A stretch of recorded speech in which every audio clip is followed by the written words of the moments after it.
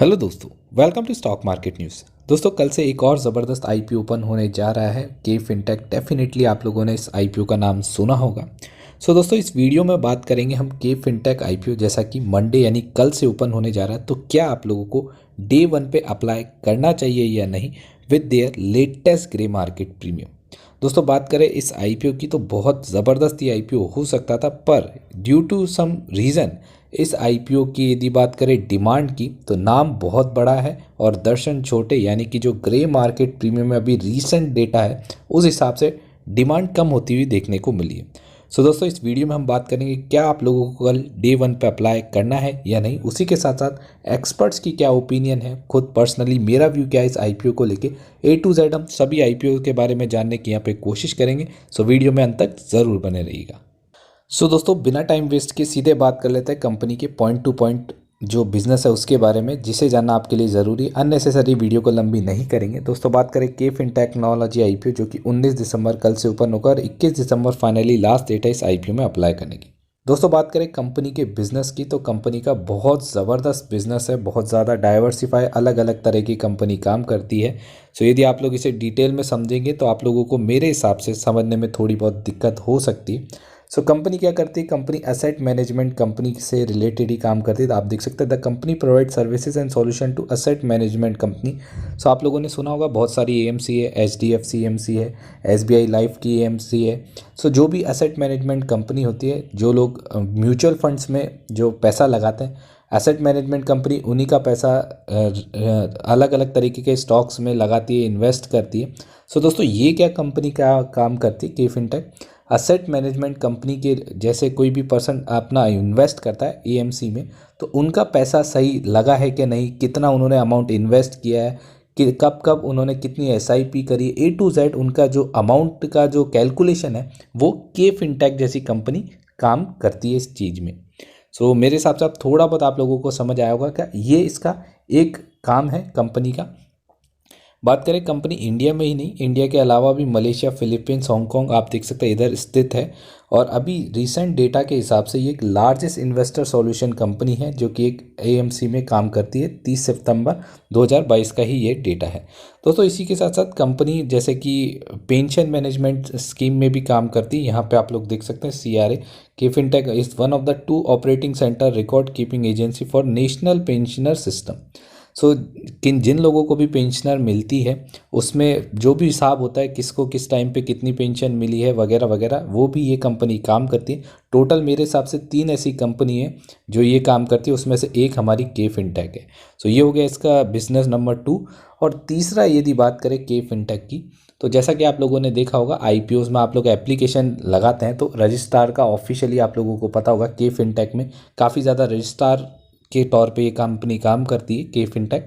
इसका काम इसमें भी यही होता है कि आप लोगों का अमाउंट है वो सही से ब्लॉक हुआ है कि नहीं। यदि आपको अमाउंट नहीं मिला, मतलब माफ़ कीजिएगा, यदि आप लोगों को आईपीओ अलॉट नहीं हुआ तो आप लोगों का अमाउंट अनब्लॉक करना वो भी के फिनटेक ही इंडिकेशन देता है बैंक को एंड ब्रोकर्स को कि इनका अमाउंट है जो अनब्लॉक कर दे। दोस्तों, आप देख सकते हैं ये जितना भी इसमें कंपनी का जो डाइवर्सिफाइड बिजनेस था, मेरे हिसाब से मैंने आपको बहुत शॉर्ट पीरियड ऑफ टाइम में समझाने की कोशिश करी। ये हो गया कंपनी का ए टू जेड बिजनेस की बातें। अब बात करते हैं दोस्तों, जिसे जानना हमारे लिए डेफिनेटली ज़रूरी है, कंपनी के फाइनेंशियल्स। दोस्तों, बात करें फाइनेंशियल्स की तो फाइनेंशियल इतने ज़्यादा दमदार नहीं है, पर यकीन मानिए यदि ये कंपनी में आप लोग लॉन्ग टर्म इन्वेस्टमेंट रहते हैं मेरे हिसाब से तो बहुत ज़्यादा ज़बरदस्त स्कोप है। क्योंकि मैं आप लोगों को वो फर्दर एंड में बताऊंगा कि क्यों इसमें इतना ज़बरदस्त स्कोप है। चलिए एक बार फटाफट से देख लेते हैं कंपनी के फाइनेंशियल्स। अमाउंट इन करोड़्स है। बात करें ईयर वाइज में तो 19-20 और आप देख सकते हैं मार्च 21 और 22, यहाँ पे हम लोग ईयर वाइज परफॉर्मेंस देखेंगे। एसेट्स की बात करें, आप देख सकते हैं 1021 करोड़ से एसेट डाउनफॉल हुए, फिर बढ़ते हुए देखने को मिले और फिर फाइनली फाइनेंशियल ईयर 22 में एसेट्स ग्रोइंग मोड में देखने को मिले। 164 करोड़ का जो रेवेन्यू था आप देख सकते हैं 455, फिर 455 से 486 और फिर 645। तो रेवेन्यू ग्रोइंग मोड में। बात करते हैं मेन चीज़ की जिसे जानना हमारे लिए ज़रूरी है, वो है कंपनी का नेट प्रॉफिट। आप देख सकते हैं कंपनी 8 करोड़ का जो प्रॉफिट था फाइनेंशियल ईयर 19 में वो कम होकर हो गया 4 करोड़ का। दोस्तों, मेरे हिसाब से ये जो डाउनफॉल देखने को मिला है 20 से, आप देख सकते हैं -64 करोड़ का। मेरे हिसाब से इसका जो वन ऑफ द लीडिंग जो मेजर रीज़न है वो है कोविड। जी हाँ दोस्तों, आप लोगों ने देखा होगा कोविड के दौरान एएमसी करती क्या है। एएमसी एक तरह से म्यूचुअल फंड की तरह से ही काम करती है। लोग उसमें पैसा लगाते हैं, वो फिर अलग अलग स्टॉक्स में जो एक्सपर्ट्स होते हैं वो पैसा लगाते हैं और उससे उनका रेवेन्यू जनरेट होता है। सो दोस्तों, कोविड के दौरान आप लोगों को पता ही होगा स्टॉक मार्केट का क्या हाल हुआ था। हर कोई अपना पैसा बचा ही रहा था। 90% लोग ऐसे थे जिन्होंने इन्वेस्टमेंट ही नहीं किया था, सब अपने पास ही सिक्योर रख रहे थे अमाउंट, क्योंकि रीज़न साफ साफ था, स्टॉक मार्केट में ज़बरदस्त गिरावट देखने को मिल रही थी। सो दोस्तों, एएमसी का बिजनेस कैसे चलता है? एएमसी का बिजनेस ही इन्वेस्टमेंट से चलता है, स्टॉक मार्केट से चलता है। सो इसलिए इनके यदि पैसे की बात करें, नेट प्रॉफिट किया है, तो वो डाउनफॉल देखने को मिला। पर दोस्तों, आप लोगों को इंटरेस्टिंग चीज़ें दिखाना चाहूँगा। जैसे ही स्टॉक मार्केट ने रिकवरी करी, आप देख सकते हैं जो फाइनेंशियल ईयर 21 में -64 करोड़ का जो लॉस था, उसे कंपनी ने कितना ज़बरदस्त कर दिया फाइनेंशियल ईयर 22 में 148 करोड़ का। दोस्तों, दिखने में ज़रूर फिगर थोड़े आपको छोटे लग सकते हैं, पर आप देख सकते हैं सभी रिकॉर्ड्स फाइनेंशियल ईयर 19, 20, 21 के सभी इसने ब्रेक कर दिए। सो ये होती है एक ढंग से एनालिसिस करने की बात। आप देख सकते हैं कंपनी ने कमबैक जो किया है वो बहुत ज़्यादा ज़बरदस्त किया है। और जो रीज़न है कंपनी के जो नेट प्रॉफिट में डाउनफॉल का, वो भी मैंने आप लोगों को समझा दिया। सो ये मेरे हिसाब से लॉन्ग टर्म इफेक्ट में जो लॉन्ग टर्म इन्वेस्टर है उनको ये चीज़ें ज़रूर ध्यान रखनी चाहिए, क्योंकि बहुत बहुत ज़बरदस्त अपॉर्चुनिटी वाला आप लोगों को मौका मिल सकता है जो लोग लॉन्ग टर्म में इन्वेस्टेड हैं।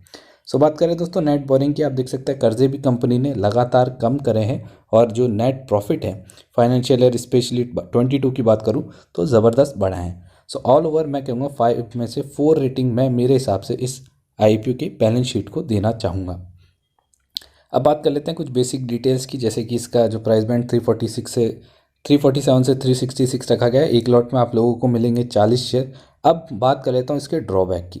दोस्तों, इसका इशू साइज़ रखा गया है 1500 करोड़ का। आप देख सकते हैं जो इशू साइज़ है वो टोटली ऑफर फॉर सेल है, मतलब कि जो एग्जिस्टिंग प्रमोटर्स हैं उसके वही माल बेच के निकल रहे हैं। तो ये एक नेगेटिव मुझे तो काफ़ी पर्सनली, और जो बड़े इन्वेस्टर्स की भी बात करें तो वो इसे काफ़ी ज़्यादा ऑब्जर्व करके देखते हैं। ये पॉइंट थोड़ा बहुत नेगेटिव रहता है, क्योंकि बहुत से ऐसे आईपीओ है, एग्जांपल के तौर पे कार्ड ट्रेड, जो टोटली एक ऑफर फॉर सेल आईपीओ था और आज तक अभी भी इन्वेस्टर्स का लगभग 65 से 66%, जब से आईपीओ आया तब से लेकर अभी तक इन्वेस्टर्स का पैसा उन्होंने डुबो दिया, क्योंकि वो एक ऑफर फॉर सेल आईपीओ था। सो बात करते हैं दोस्तों, पोर्शन रखा गया रिटेल इन्वेस्टर्स के चांसेस बहुत कम होने वाले, सिर्फ 10% है। एनआईस की बात करें 15, क्यूआईबीस की बात करें तो 75% पोर्शन रखा गया है। बात करें टाइम टेबल की, तो आईपीओ जैसे कि 21 को क्लोज हो जाएगा, 21 दिसंबर को अलॉटमेंट आएगा, 26 दिसंबर को रिफंड आएगा 27, और शेयर डीमेट में 28 को हो जाएंगी क्रेडिट, और फाइनली जो लिस्टिंग देखने को मिलेगी वो 29 दिसंबर, मतलब दिसंबर के वीक में ही, दिसंबर के मंथ में ही इसकी आईपीओ की लिस्टिंग हो जाएगी। दोस्तों, यदि आप लोग इंटरेस्टेड है तो रिटेल में आप एक और maximum 13 lot, minimum to maximum इतने लगा सकते हैं। आप देख सकते हैं एक लॉट में 40 शेयर आप लोगों को मिलेंगे, जिसके लिए 14,640 का अमाउंट आप लोगों को एडजस्ट करके चलना है। बात करें प्रमोटर होल्डिंग की, तो आप देख सकते हैं 74% प्रमोटर होल्डिंग थी और फिर अभी कम हो गई है 49% के आसपास। चलिए देख लेते हैं एक्सपर्ट्स का क्या कहना है इस आईपीओ के बारे में। और जैसे कि के फिनटेक आईपीओ का जो भी रजिस्ट्रार है, ये अच्छी बात है, वो है बिग शेयर। मतलब ये बिग शेयर रजिस्ट्रार का भी रजिस्ट्रार है, क्योंकि काफ़ी बार हमने के फिनटेक ही एज अ रजिस्ट्रार सभी आईपीओस का देखा है, मैक्सिमम आईपीओस में अभी हमने जितने भी रिजल्ट आए हैं। सो दोस्तों, आप देख सकते हैं ब्रोकर्स ने भी मिक्स रिव्यू दिए हैं। कम से कम 7 ब्रोकर ऐसे हैं जिन्होंने सब्सक्राइब की रेटिंग दी, एक ने इसे अवॉइड की रेटिंग दी है। फिर भी दोस्तों, हम हमारा खुद का एनालिसिस ज़रूर करेंगे, देखेंगे अभी इसका लाइव ग्रे मार्केट प्रीमियम क्या चला और एक्सपर्ट्स की क्या ओपिनियन है इस आईपीओ को लेके। सो दोस्तों, यदि बात करें एक्सपर्ट की, तो आप देख सकते हैं बहुत बड़ी नामी हस्ती है प्रभुदास लीलाधर जी। तो उन्होंने कहा है कि आप डेफिनेटली इसे सब्सक्राइब कर सकते हैं, पर फॉर लॉन्ग टर्म ओनली, क्योंकि दोस्तों अभी ग्रे मार्केट प्रीमियम में इसकी काफ़ी कम डिमांड है। तो उन्होंने यही कहा है कि एक इंडिया की लार्जेस्ट एएमसी कंपनी को ये इनके क्लाइंट्स हैं। सो नो डाउट कंपनी का जो बिज़नेस है वो बहुत ज़्यादा ज़बरदस्त होने वाला है, क्योंकि अभी आने वाला टाइम है वो स्टॉक मार्केट का है, और जैसे जैसे स्टॉक मार्केट में जो बिज़नेस है वो बढ़ता हुआ देखने को मिलेगा, वैसे वैसे एएमसी का जो बिज़नेस है वो भी नो डाउट बढ़ता हुआ ही देखने को मिलेगा। तो दोनों डायरेक्टली प्रोपोर्शनल है एक दूसरे के। सो फ्यूचर तो नो डाउट दोस्तों, मैं खुद भी यही रिकमेंड करूंगा आपको, लॉन्ग टर्म में तो कंपनी में कोई भी कमी नहीं है। अब बात करते हैं कल आप लोगों को क्या डे 1 पे इसमें अप्लाई करना है या नहीं, उससे पहले जान लेते हैं ग्रे मार्केट प्रीमियम। दोस्तों यदि बात करें के फिनटेक आईपीओ के ग्रे मार्केट प्रीमियम के आज के दिन के, आप देख सकते हैं 18 दिसंबर, तो 8 रुपये पर शेयर इसका ग्रे मार्केट प्रीमियम चल रहा है। तो सिर्फ 2 से 3% की ही ये लिस्टिंग गेन दे रहा है। नो डाउट दोस्तों, इतनी लिस्टिंग गेन में तो हम इसे अवॉइड ही करना पसंद करेंगे। डे वन पे मैं यही सजेस्ट करूंगा, जो मैं पर्सनली कर रहा हूँ वही आप लोगों को बता रहा हूँ कि डे वन पे इसे आप अवॉइड ही करके चले। नो डाउट कंपनी का फ्यूचर काफ़ी ज़्यादा ज़बरदस्त है, कंपनी ने प्रॉफिट भी काफ़ी अच्छा करा है। तो हम देखेंगे इसमें डिमांड सप्लाई रेशियो क्या रहता है सेकंड डे लास्ट डे पे, क्या इसमें सब्सक्रिप्शन डेटा रहता है।